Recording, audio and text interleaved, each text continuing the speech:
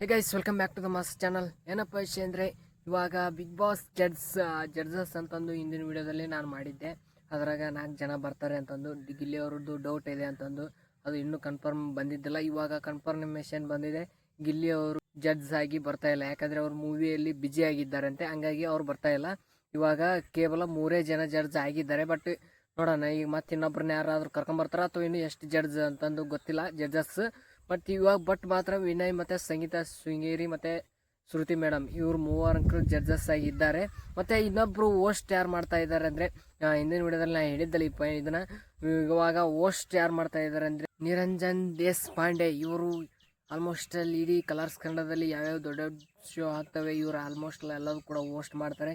ಅದರಲ್ಲಿ ಹಂಗೂ ಕೂಡ ಇವಾಗ ಅಗ್ನಿ ಪರೀಕ್ಷೆ ಅಂತಂದು ಏನೈತಲ್ಲ, ಅದನ್ನು ಇವರ ಹೋಸ್ಟ್ ಮಾಡಕತ್ತಾರ.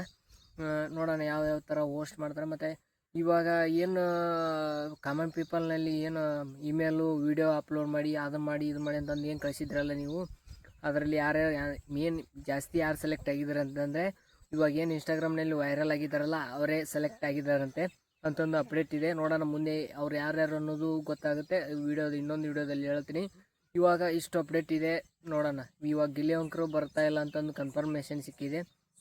ಮತ್ತು ಬಿಗ್ ಬಾಸ್ ಯಾವಾಗ ಸ್ಟಾರ್ಟ್ ಆಗುತ್ತೆ ಮತ್ತು ಅಗ್ನಿ ಪರೀಕ್ಷೆ ಯಾವಾಗ ಸ್ಟಾರ್ಟ್ ಆಗುತ್ತೆ, ಬಿಗ್ ಬಾಸ್ ಫಸ್ಟ್ ಅಂದರೆ ಸೆಪ್ಟೆಂಬರ್ ಫಸ್ಟ್ ವೀಕ್ ಸ್ಟಾರ್ಟ್ ಆಗುತ್ತೆ ಅಂತಂದು, ಅದನ್ನು ಟೈಮ್ ಅಂದರೆ ಕರೆಕ್ಟ್ ಡೇಟ್ ಯಾವಾಗ ಅಂತಂದು ಇನ್ನೂ ಅಂದರೆ ನೆಕ್ಸ್ಟ್ ವಿಡಿಯೋದಲ್ಲಿ ಹೇಳ್ತೀನಿ. ಮತ್ತು ಇವಾಗ ಈ ವಿಡಿಯೋ ಇಷ್ಟೇ ಆಗಿತ್ತು. ನೋಡೋಣ, ಮತ್ತೆ ಏನಾದರೂ ಅಪ್ಡೇಟ್ ಬಂದರೆ ನಾನು ನಿಮಗೆ ತಕ್ಷಣವೇ ತಿಳಿಸ್ತೀನಿ. ಹಾಗಾಗಿ ಈ ಚಾನಲ್ ಸಬ್ಸ್ಕ್ರೈಬ್ ಮಾಡ್ಕೊಳ್ಳಿ ಅಂತ ಹೇಳ್ತಾ ಮತ್ತೆ ನೆಕ್ಸ್ಟ್ ವಿಡಿಯೋ ಸಿಗುವ.